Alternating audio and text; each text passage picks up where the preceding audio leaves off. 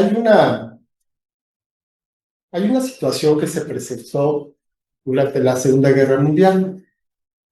Esto pues ocurre que los aviones de combate, pues ustedes saben que muchos eran derribados.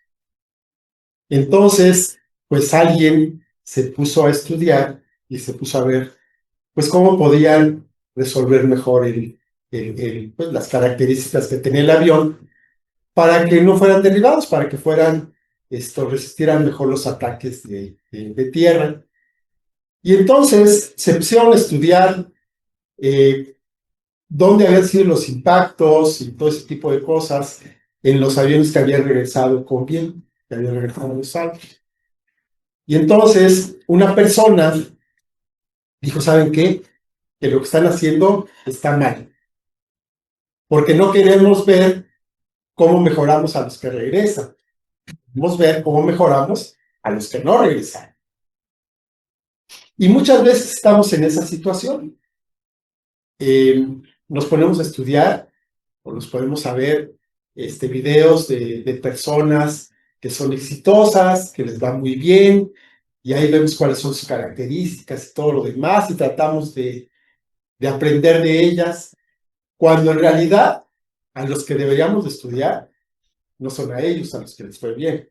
Tenemos que estudiar a los que les va mal, para no cometer los mismos errores. Y en la palabra vemos muchos casos de personas que fallaron en la Biblia. Muchos casos, muchos, desde Adán con Eva. De ahí podemos ver personas que han estado fallando. Y hay algunos de ellos que son muy célebres, muy estudiados. El clásico, pues Judas el Iscariote, que pues no podemos encontrar una falla más grande que la de Judas, ¿verdad? Una persona que estuvo con el Señor Jesús años, estaba con él, cerquita de él, pues era hombre de sus confianzas. Tan era así que pues se le delegó la tesorería. Él manejaba todos los ingresos que tenía el grupo y los malversaba porque sabemos que se quedaron con una parte. Pero bueno, la cosa es de que estuvo cerquita. No podemos encontrar o difícilmente encontraremos a una persona que haya estado más cerca de Jesús que Judas. Y sin embargo, en el momento de la verdad, Judas falló, ¿verdad? Judas lo entregó, puso por encima de su maestro, puso pues, sus propios intereses. No sabemos exactamente qué es lo que haya pensado. Hay ahí estudios acerca de esto, de qué es lo que pudo haber pensado para poder entregar al maestro, pero la cosa es que lo entregó. La cosa es que en un momento de debilidad, en un momento de flaqueza, en un momento de duda, fue y entregó al maestro. Pero bueno, ya lo tenemos muy bien identificado, el caso de Judas. Pero hay un personaje sobre el cual la verdad, pues no sabe uno muy bien qué pensar. Está bien, está mal, estuvo medio bien, estuvo medio mal. ¿Qué pasa con este personaje? Y este personaje me refiero a Nicodemo, que aparece en el Evangelio de Juan, aparece 3 veces, una vez casi todo el capítulo es acerca de él, y las otras 2 son pues muy pequeñas. Y vamos a ver un poquito acerca de la vida de este varón, Nicodemo, porque seguramente de él vamos a aprender cosas muy importantes. Empezamos en Juan capítulo 3, verso 1, que dice, había un hombre de los fariseos que se llamaba Nicodemo, un principal entre los judíos. Y bueno, pues aquí vemos que Nicodemo era una persona muy importante. Hay referencias de este varón, por ejemplo, en el Talmud se habla acerca de Nicodemo. Ahí es otra prueba de la historicidad de los evangelios. Se habla de él. Y se menciona que era, una de las 3 personas más ricas de todo Jerusalén. O sea, no era cualquier persona. Era una persona con mucho dinero, una persona con mucha influencia, con mucho poder, Y este Nicodemo era uno de los fariseos. Pero sin embargo, aquí vemos que este hombre, en su posición, escucha hablar acerca de Jesús, escucha hablar acerca de este rabino que venía de Galilea, y pues le llamó la atención. Vamos a decir que no cerró su mente como la mayor parte de sus colegas, sino que dijo, bueno, pues puede ser alguien interesante, puede valer la pena conocerlo mejor. Y entonces busca la oportunidad para hacerlo. Y entonces dice el verso 2. Este vino a Jesús de noche y le dijo, Rabí, sabemos que has venido de Dios como maestro porque nadie puede hacer estas señales que tú haces si no está Dios con él. Y bueno, aquí vemos un par de cosas importantes. Primera, pues vino a Jesús, pero vino de noche. ¿Por qué vino de noche? Pues porque una persona en su posición, pues evidentemente quería quedar bien con los romanos, quería quedar bien con los de su propia clase, no quería de ninguna manera molestarlos, no quería que pues pensaran algo malo de él, porque pues era una persona que tenía muchos bienes, como aquel del que también escuchamos, ¿no? El joven rico, tenía muchas posesiones, entonces ¿dónde estaba su corazón?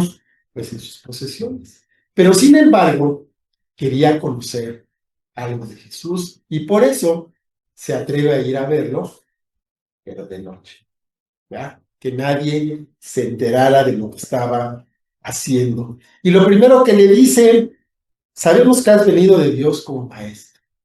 O sea, primero que nada, una pequeña adulación, ¿no? No, maestro, sabemos que tú eres aquí muy bueno, vienes de Dios. Yo te vengo a ver de noche, pero tú eres el bueno, ¿eh? Créeme que yo creo en todo lo que tú has dicho, sabemos que vienes de Él y sabemos que eres una persona muy importante, pero te vine a ver de noche. Eso no lo dice, pero seguramente el Señor Jesús se dio cuenta. ¿Y cómo era el Señor Jesús?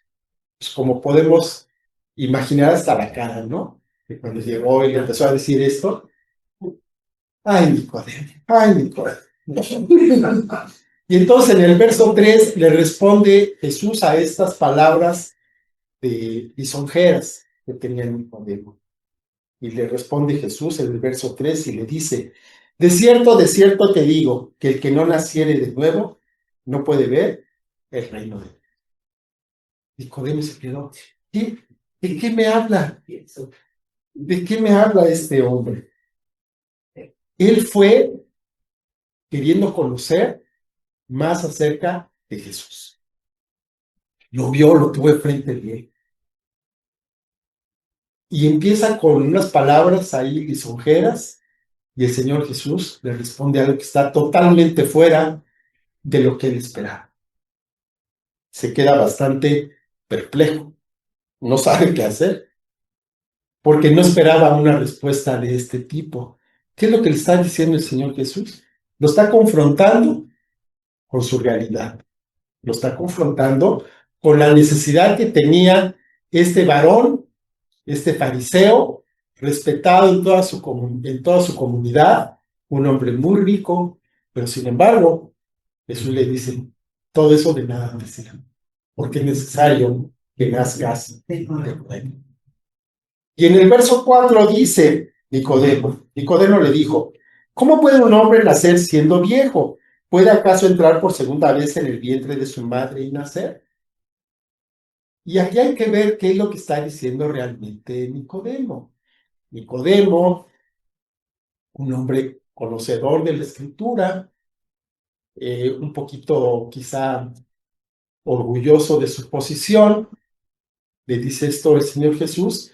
Entonces, pues como que un poquito le dice, pues ¿cómo me vienes con estas cosas, no? O sea, lo que estás diciendo no tiene sentido, es absurdo.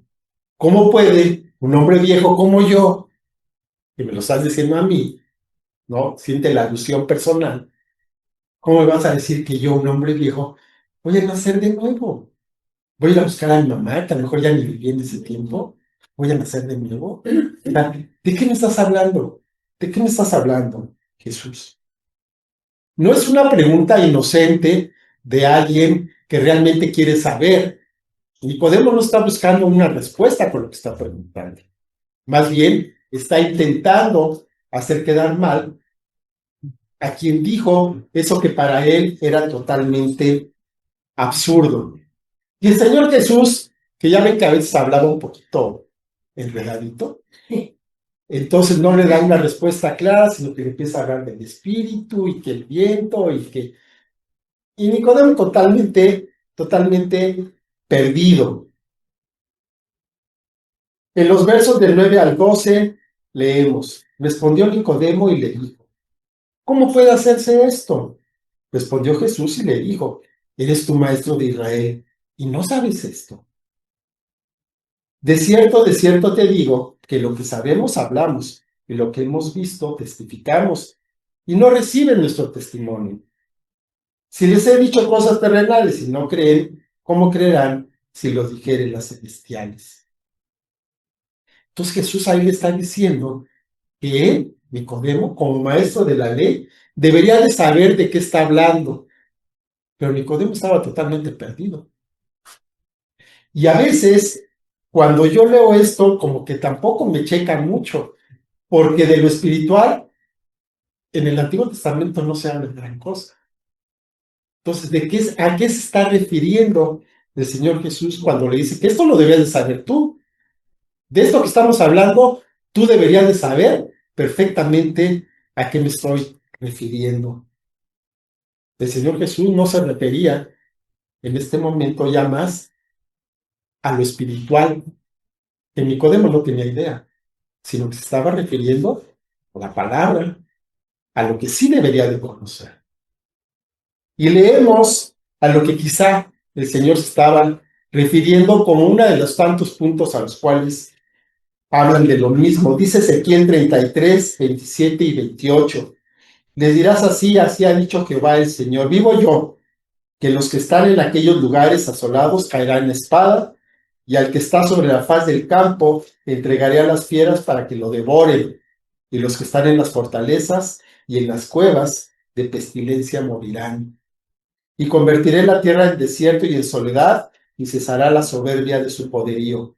Los montes de Israel serán asolados hasta que no haya quien pase. ¿De qué le está hablando el Señor Jesús? De que Israel iba a ser arrasado. Jerusalén, esa ciudad en la que él tenía todo su orgullo, Nicodemo, en donde tenía toda su fortuna, iba a ser arrasada si no ponía atención a lo que le estaba diciendo. Era espiritual. Nicodemo se quedó ido. No se sabe más de él hasta varios capítulos después. Se fue a su casa, se fue a su casa después de escuchar a Jesús. Se quedó pensando, se quedó dudando. ¿Será que este es el bueno? ¿Será que este realmente es el Mesías? Pero ve dónde se quedó. Está ahí viviendo con una bola de pordioseros. ¿Ese es el que yo debo seguir? ¿Es el que me va a traer una vida nueva, como él dice que me va a dar? ¿De qué estamos hablando? Pasan los años. Vamos a ver después dónde más aparece Nicodemo, pero nada más para ver esto, estaba mencionando el Señor Jesús. Todos sabemos que en el año 66 hay una insurrección de los judíos, se levantan contra Roma, entonces eso va creciendo, llega un momento en que ya no puede tolerarse más, entonces en el año 70 viene el general Tito y destruye, arrasa totalmente Jerusalén, destruye el templo y no queda piedra sobre piedra, de acuerdo a lo que él ya había hablado con sus discípulos. Seguramente para esta fecha, Nicodemo ya había muerto, pero quedaba su familia.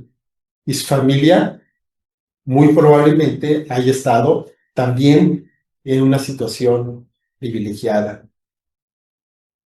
Las cosas se pusieron de tal manera en Jerusalén, que la miseria fue una cosa espantosa. Se habla de que en aquel tiempo algunas personas, entre ellas la misma hija de Nicodemo, seguían a los caballos de los romanos. ¿Para qué? Pues que porque el caballo pues va dejando su excremento, y entonces buscaban en el excremento a ver si había alguna semilla que pudieran comer. Así se pusieron las cosas después del año 70. Y toda la posición de Nicodemo, toda la fortuna, todo aquello, no le sirvió absolutamente nada a él ni a su descendencia.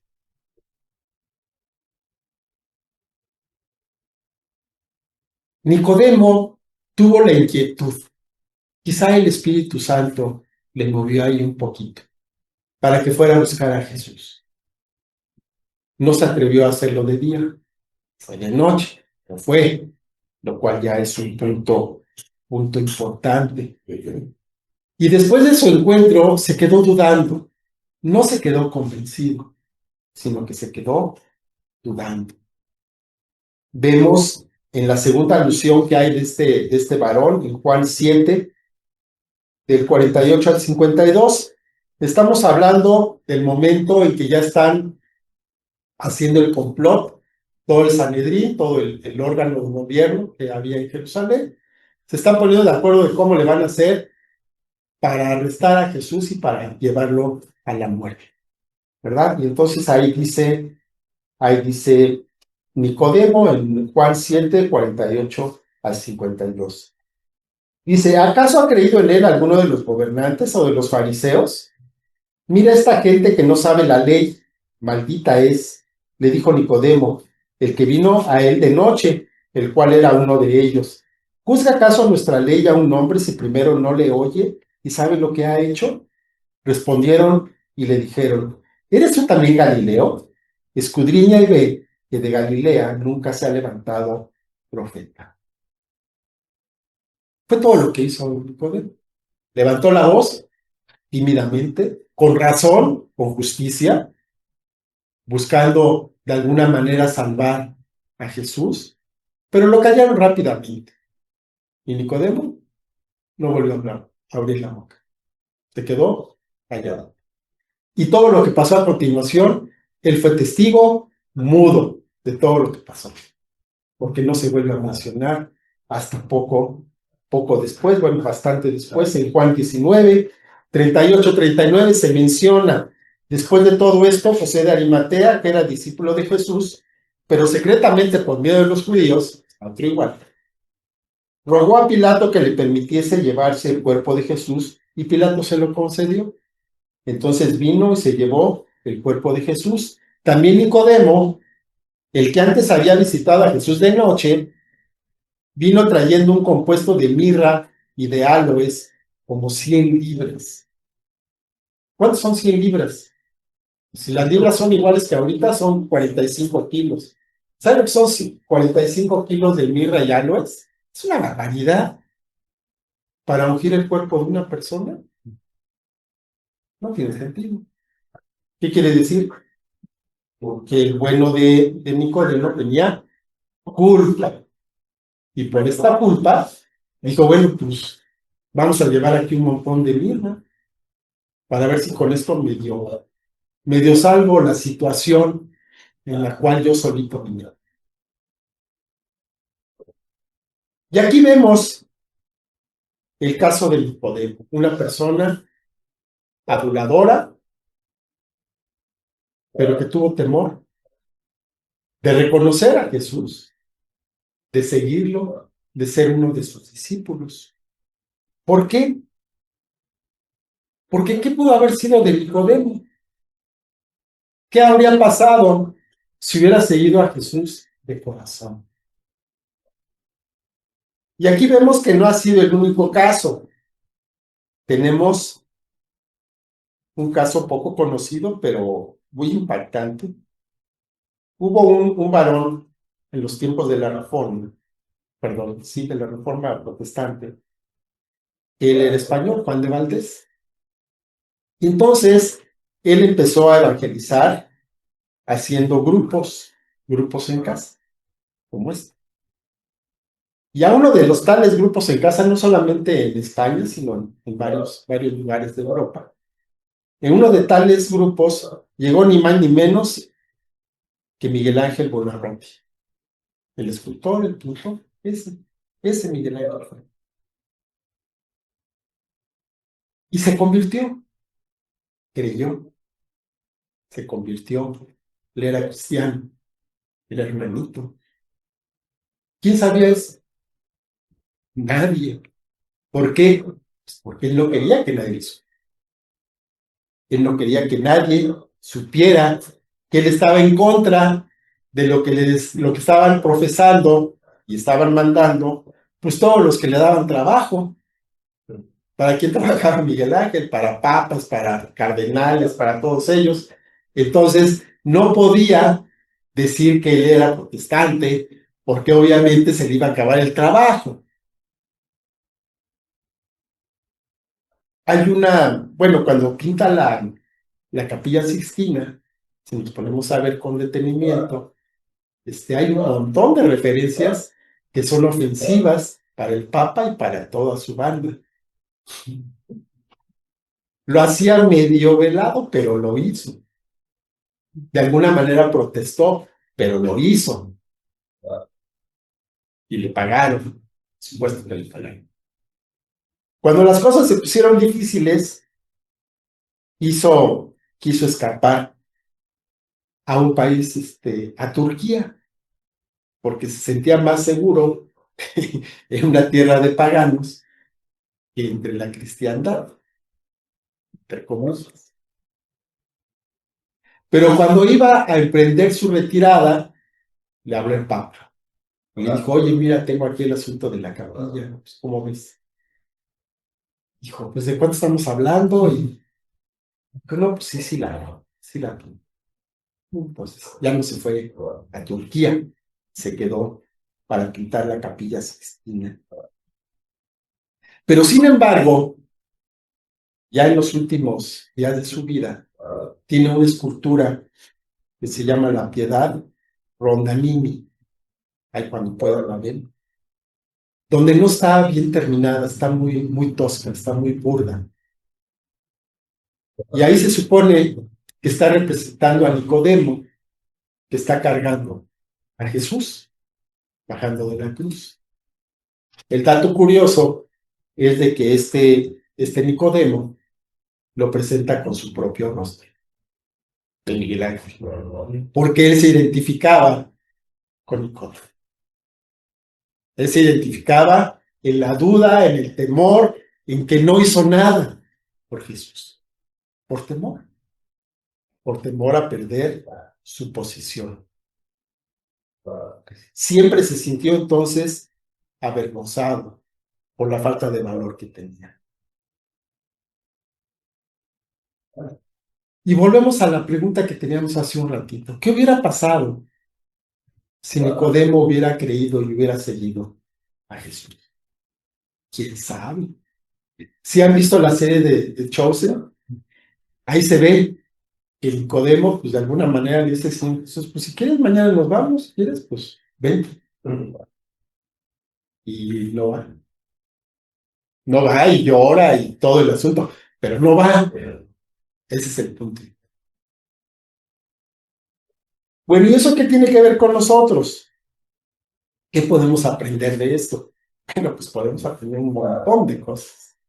Primera, Nicodemo supo de Jesús, lo conoció, lo fue a ver, el Señor Jesús lo confrontó, enfrente de él le dijo el versículo que todos lo sabemos de memoria en Juan 3:16, porque de tal manera.